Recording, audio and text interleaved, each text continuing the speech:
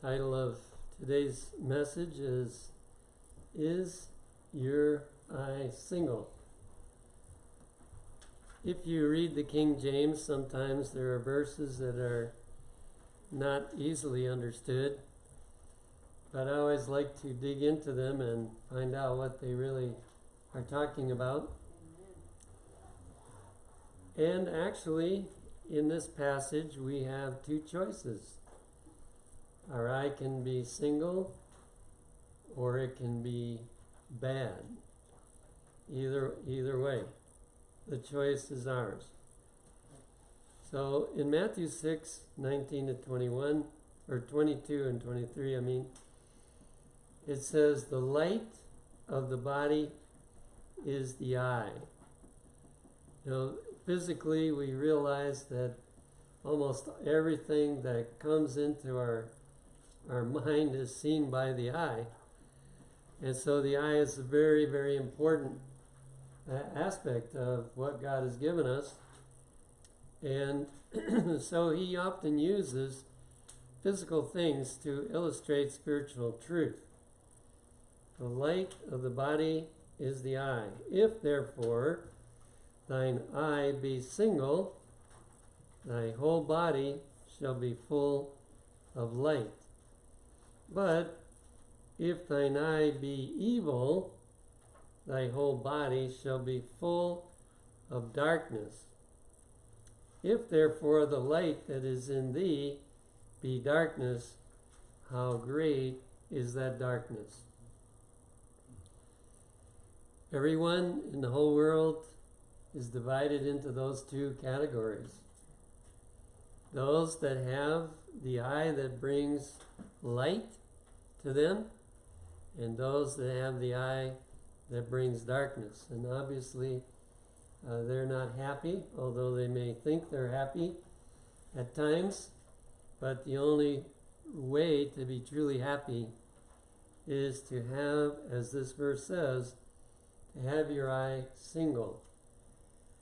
Now, often in the Bible, when you're studying, the context reveals what is being talked about. And so, if we read the other verses, starting at verse 19, we see what he's actually talking about.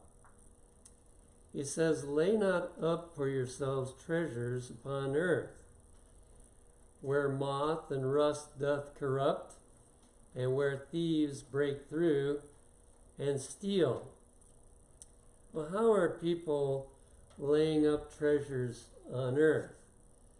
Well, some of the ways is to buy a lot of stocks and bonds and try to make money. Money in the bank doesn't make much of anything anymore. So a lot of people are trying through stocks to, build up their amounts. You can buy land, and of course we need enough to live on. But when it goes beyond that, to just pile up, as an investment, land. And there's a variety of ways that people are laying up their treasures on earth. Now, it's not so easily stolen today as it was in the days of Jesus, but what we're noticing is that people are getting more and more clever at stealing from you what you have. And, we have a little piece of land, and a neighbor is stealing some of that land. So even land can be stolen. And these scams and various things that go on today, and taking people's identity and so on. So it's still what Jesus said is very practical. He said, if you lay up treasures upon earth, and I'm not talking about having no savings. We know that we should do our best to have some savings for the rainy day. And as you get older, you have to have a little more for your declining years. But this is talking about excess in laying up treasures upon earth. Instead, God recommends, "But lay up for yourselves treasures in heaven, where neither moth nor rust doth corrupt, and where thieves do not break through nor steal.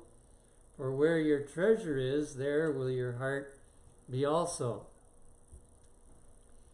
So if we think about what came before, when God says you need to have your eyes single, he's saying you need to make my work and the things that will be saved in heaven, you need to make that first in your life, not the treasures of earth. If you do that, then you're going to have darkness, and you're going to lose some of it, and it's not going to do anybody any good because you put it in the wrong place.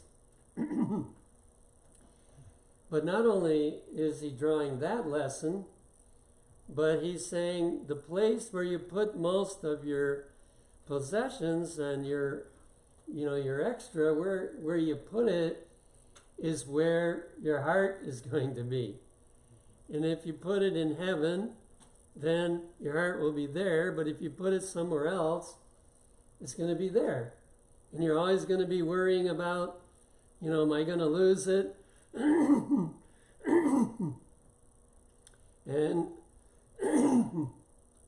And if you lose it, you're going to be sad. I suppose the most outstanding person in the Bible on this point was Lot's wife.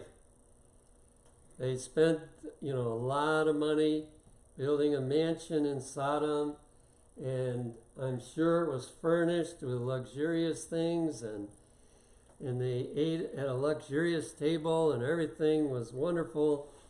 And all of a sudden, God says, you need to walk away from this.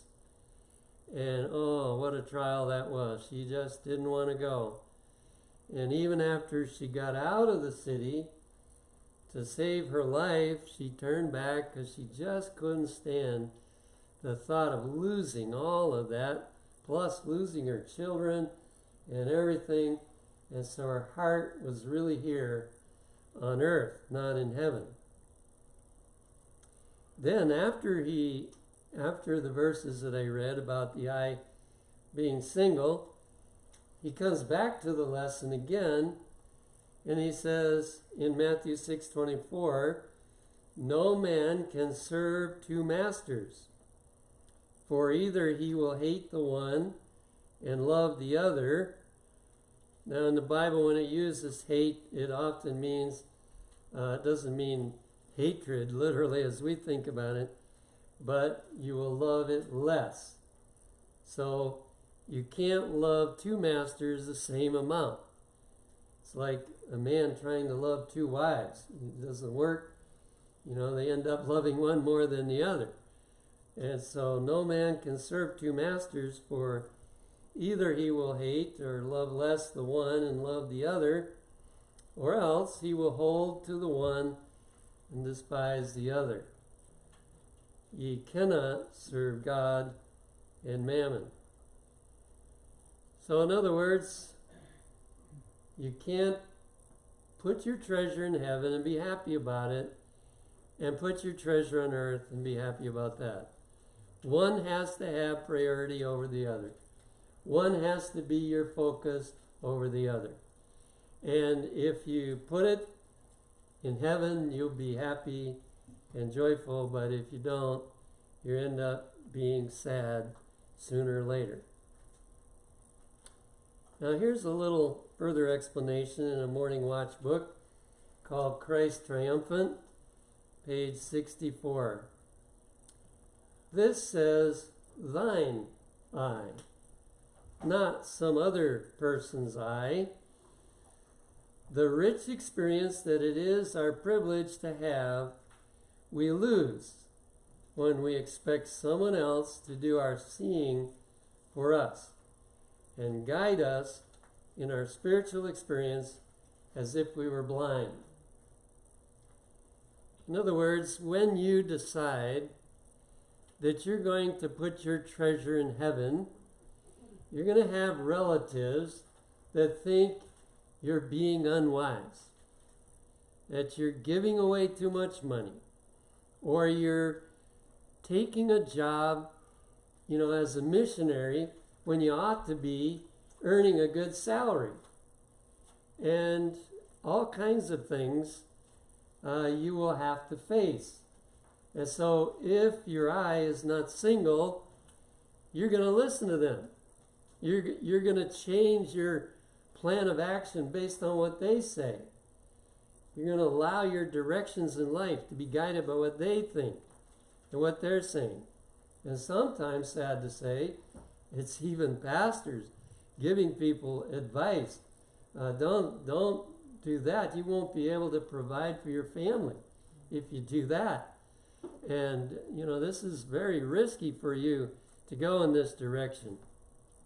But if your eye is single and you make up your own decision with God, of course, praying and letting Him guide you and tell you what to do, then you can make that decision and not be swayed away from it, not have somebody talk you out of it because of their viewpoint. Not thine eye, not some other person's eye. The rich experience that it is our privilege to have, we lose when we expect someone else to do our seeing for us and guide us. Notice what it comes to in our spiritual experience, as if we were blind. Now this even is telling us not to have anybody be our conscience. Not for anybody to tell us what we ought to do. But if what they say is in the Bible, if what they say is God's will, then that's different. But if it departs from that, we have to go with what's God's will. And that's the only thing that will really help our spiritual experience. We must have an eye, a single eye to God's glory. So there's the heart of it. When Jesus came to this earth, He had only one thought. What can I do to save these people? He did not consider what was reasonable in the eyes of other people. He did not consider what would be safe, but He did what was best for us.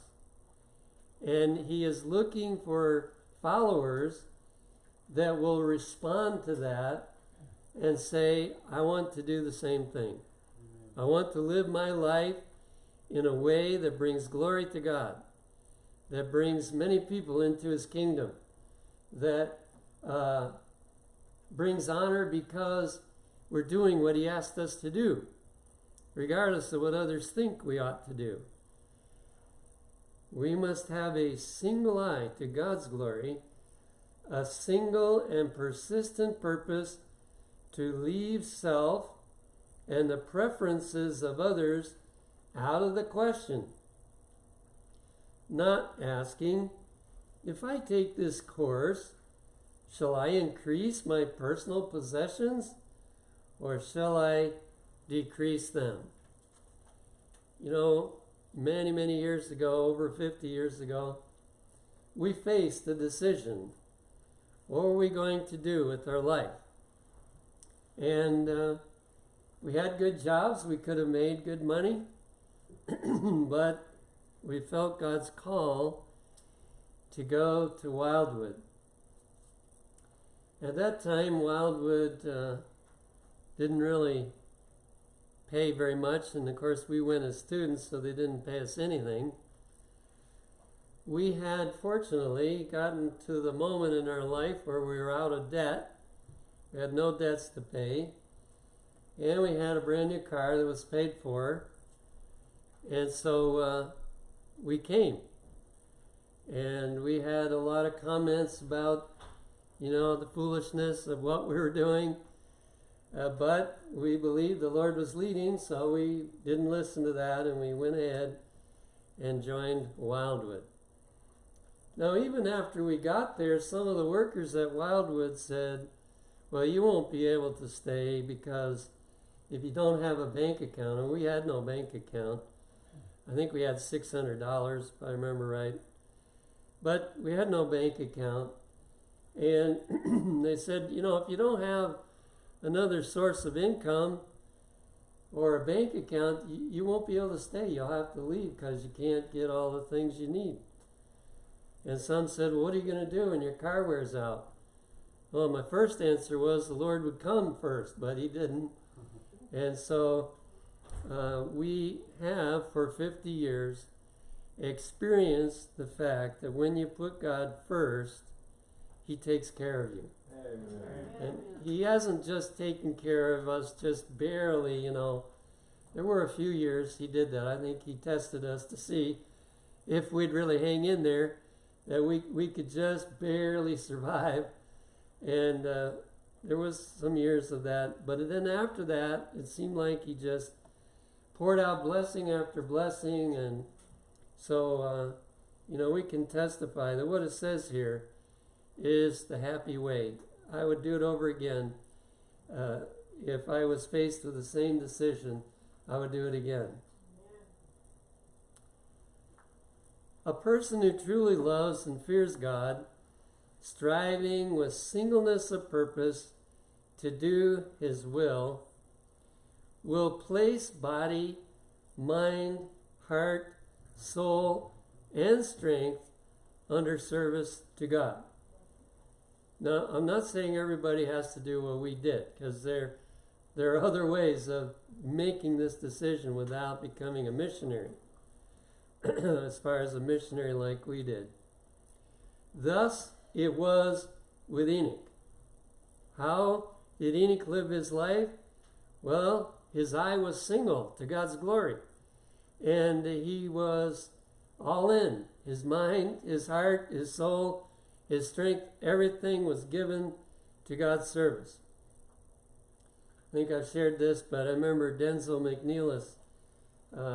That family is one of the richest Adventist families in the Adventist world anyway. And he said at a convention, he said, you know, they always gave huge sums of money at these conventions. And he said, I can't wait to get home to earn some more money so I can give to advance God's cause. That really impressed me. There's not too many people like that.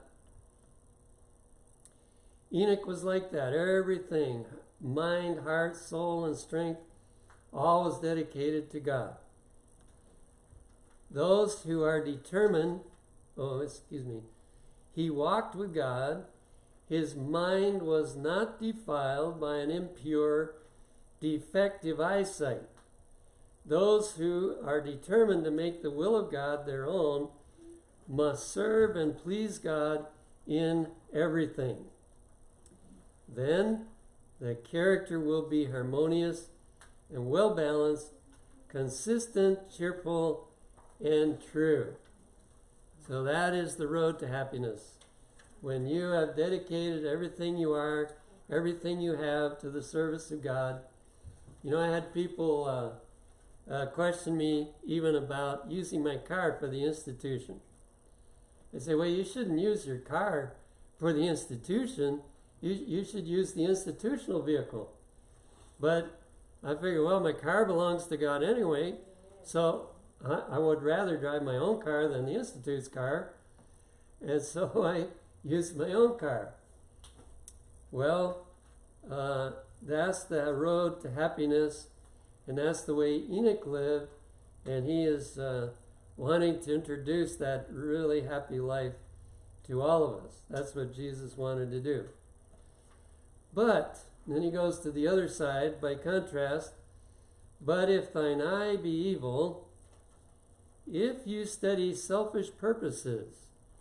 So how does the eye become evil? If we're always looking, how's this going to affect my bank account? How's this going to affect my future? If that's what's foremost in our mind, then our eye is evil, because we're put self right in the middle. But if thine eye be evil, if you study selfish purposes and work only to that end, the whole character is defective. The whole body is full of darkness. Now there are people that go to the opposite extreme, and they are so generous that they create a problem for themselves and somebody else has to come in and help them. So, we don't want to go that way. Notice the wording. If you steady selfish purposes and work only to that end. So when a person is totally focused on self, how everything's going to affect self, that is an evil eye. Why? Such do not look to Jesus. We had a discussion on a board recently, and one of the things that has troubled me, it seems like that those who are business-minded have gotten control of everything. And when somebody suggests a plan of faith to where we have to put ourselves to the stretch to believe that God can deliver this, if the money people are in control, they manage to stop it and say, no, we need to wait till we have the money.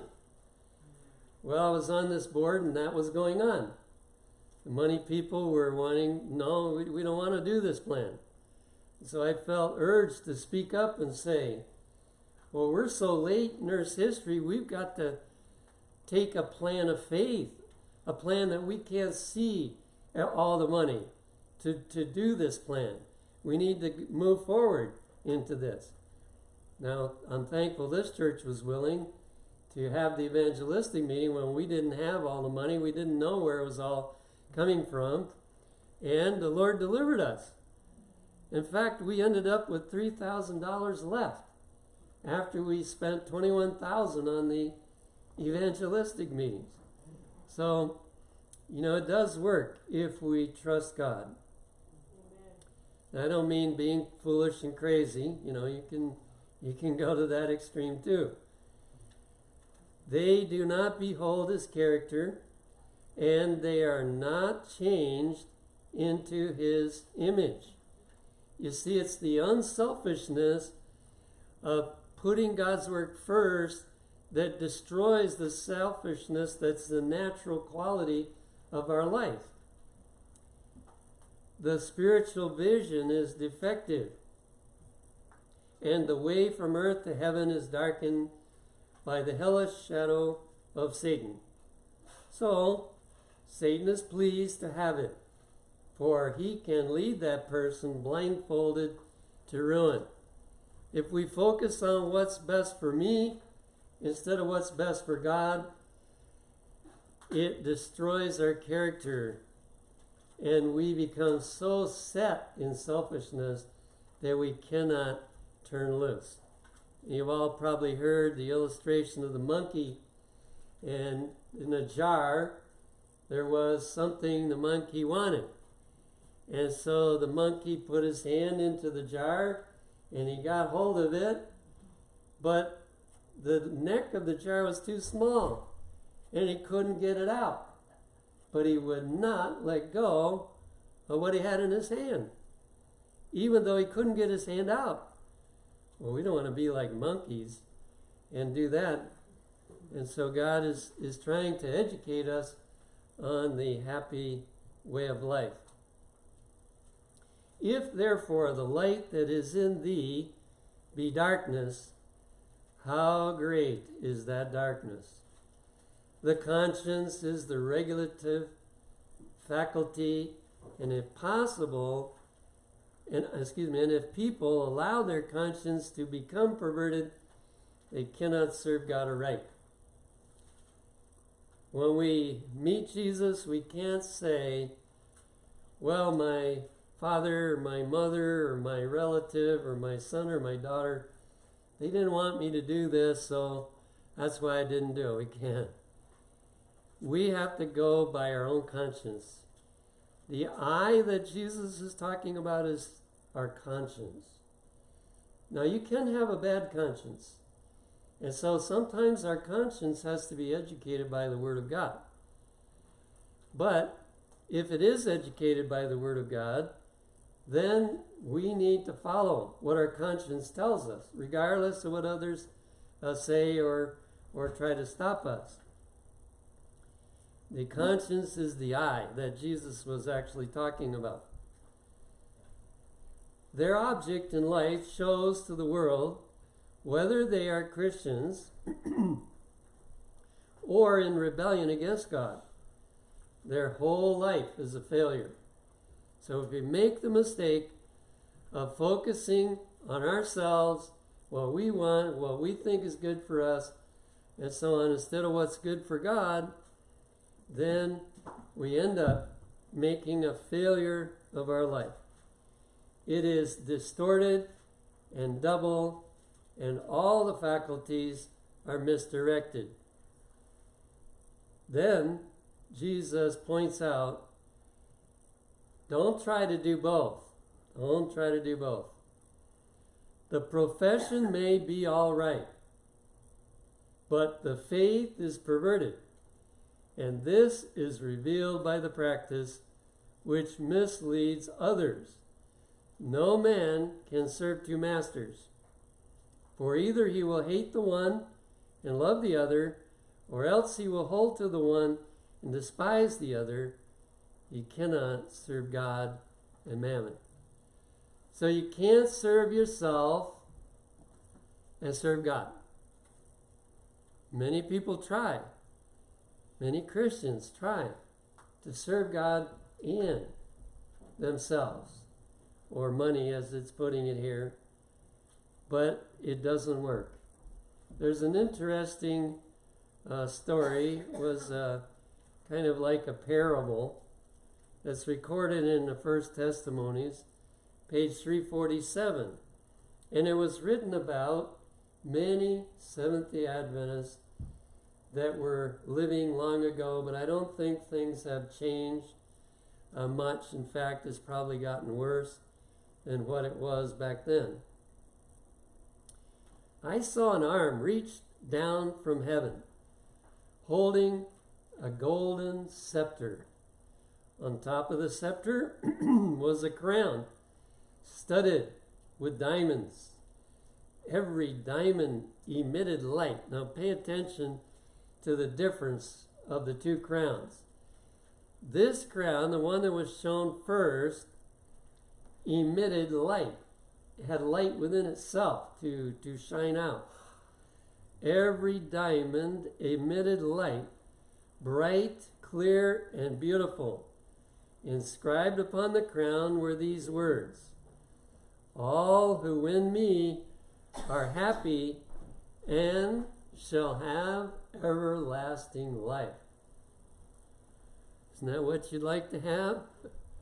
There's a price tag, but that is the wise decision, to pick that crown that has that light emanating from it and will lead to happiness and everlasting life.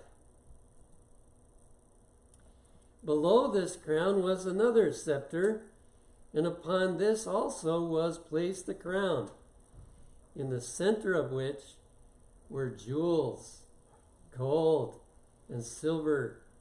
But notice, reflecting some light. So it didn't shine from inside, and it could only reflect some light. And yet, to some, it can look so desirable. They see those jewels, they see that gold and that silver. The inscription upon the crown was, earthly treasure, riches is power. We can see that on every hand, can't we? David Gates has a lot of power. In fact, Bill Gates, yeah, excuse me, yeah, Bill Gates has a lot of power. David does too, but his is through prayer. Through prayer. And people see the power that money has, and so they want to get as much as they can so they can have that power. But it's not really the power we want. Earthly treasure, riches is power. All who win me have honor and fame. And so this is very desirable to human nature, especially the one we're born with.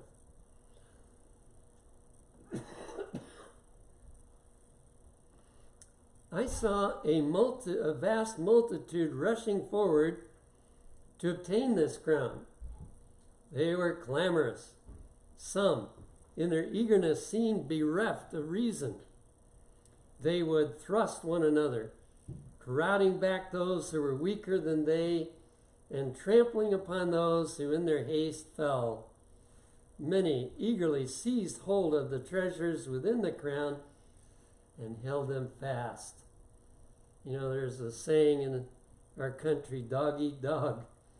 And so, you know, you have to criticize your fellow workers so you rise higher in the company and get more respect so you can get the bigger salary, and all kinds of tactics people do to rise higher and to be able to get more money. They take advantage of other people who are poor and needy and so on. There's no limit to the things that are done. And that's pictured here in this description. The heads of some were as white as silver. Imagine, here they are approaching the grave, but they're still determined to get all they can get. The heads of some were as white as silver, and their faces were furrowed with care and anxiety. Their own relatives, bone of their bone and flesh of their flesh, they regarded not. But as appealing looks were turned to them, they held their treasures more firmly, as though fearful that in an unguarded moment they should lose a little or be induced to divide with them.